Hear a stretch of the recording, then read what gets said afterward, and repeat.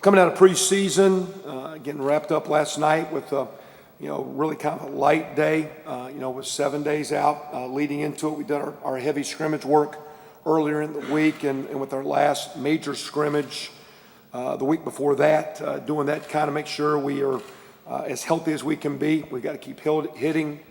We've got to keep building our toughness and whatnot, and our tackling and ability to stay on blocks and all those things. But as coaches, we have to manage where we're at. So sometimes you're doing some things in the best interest of your team.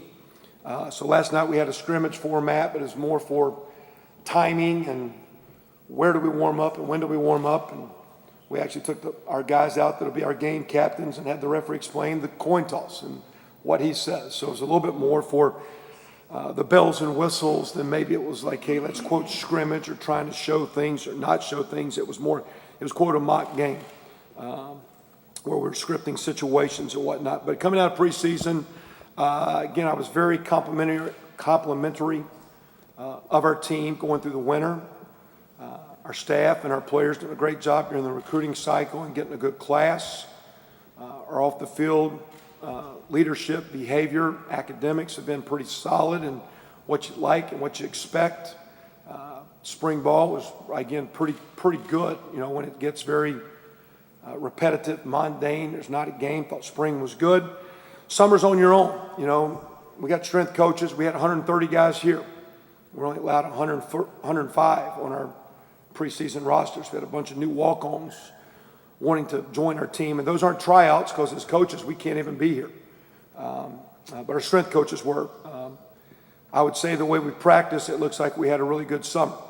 We're not allowed to know if they passed the conditioning test because then that means it's not, quote, voluntary the way the rules are. So, but our team has came back in great shape. We appear to have improved our team with size and strength. I think with that, we'll hopefully be as quicker because I do think there's some hereditary issues of how fast you can be or how big you can be or how strong you can be. But we have to develop and get these guys as good as they can be. And I think you'll see a team that's going to show some quickness and better speed. So I think summer appeared to be very, very strong. There was a huge commitment by our school, and I think there's been a huge commitment by our kids to take advantage of summer school and our lifting program and whatnot. Preseason, some of you guys had a chance to see a couple of the practices, that we had where you were able to get out there and see a lot of it. And I don't know how well you paid attention or what you look at when you're watching it, those of you that saw those. But appreciate you seeing those and kind of appreciate, too, the way you cover it because, we're not sitting there trying to get information out to our opponents. Our first two opponents, we are their opener.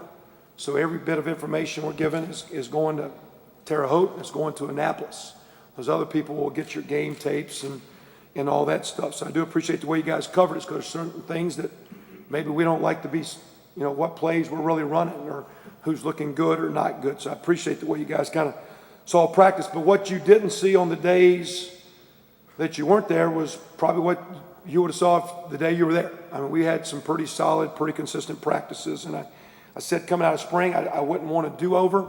And we ran some plays wrong and we repeated a play or maybe we started stretch one day a little lethargic and we had to holler at them for a second and pick your knees up and get it going. But we didn't have a sluggish practice day.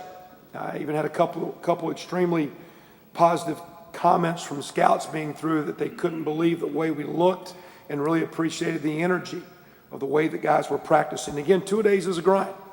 So again, I think we've had a very productive 2-a-day, but all that's talk until you start playing and the scoreboards reflect that.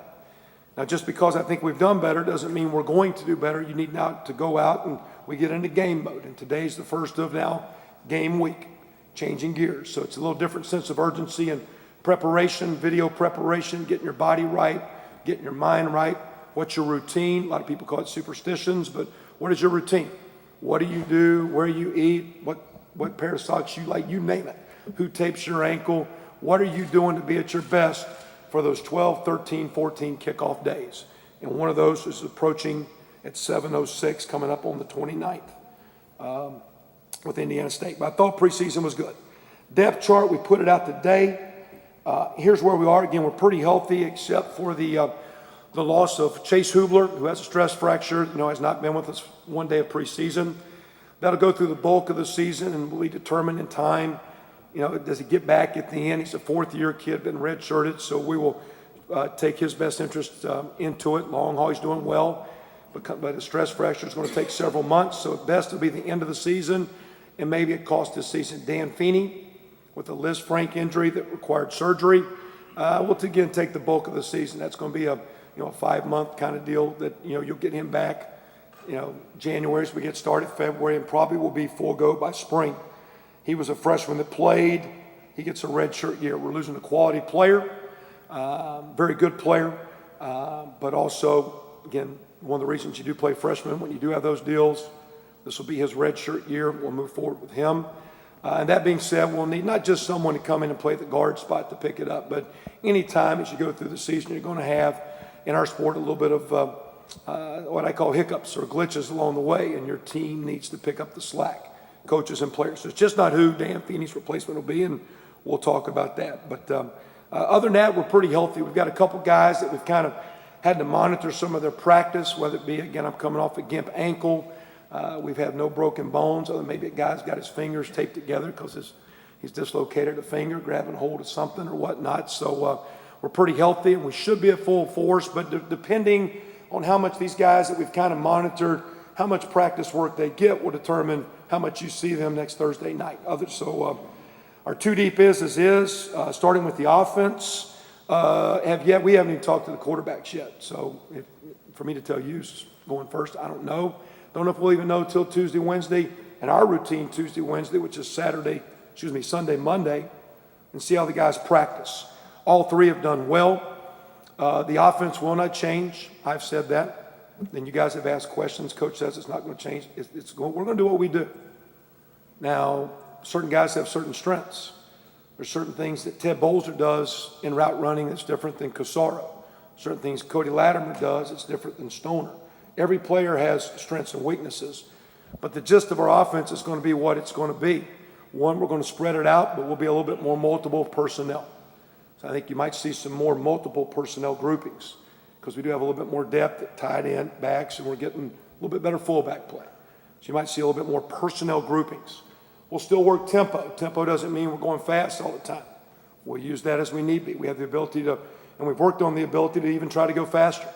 But whether we do, when we do, we don't try to be consistent. No matter what you do, if you do things, you're trying to keep the defense a little off guard with play calling, formations, where you're attacking them. Same thing with tempo. You don't want to be very, very slow. You don't want to be very, very fast. If you're doing something all the time, you're consistent.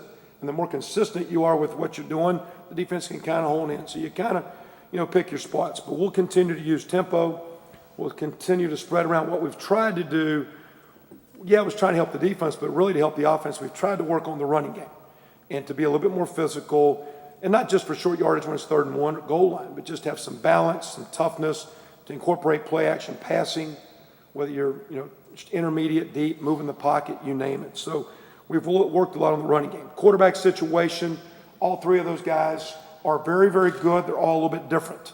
And that being said, you guys say, do we need to play more than one? Maybe we do, because maybe they can do different things for us.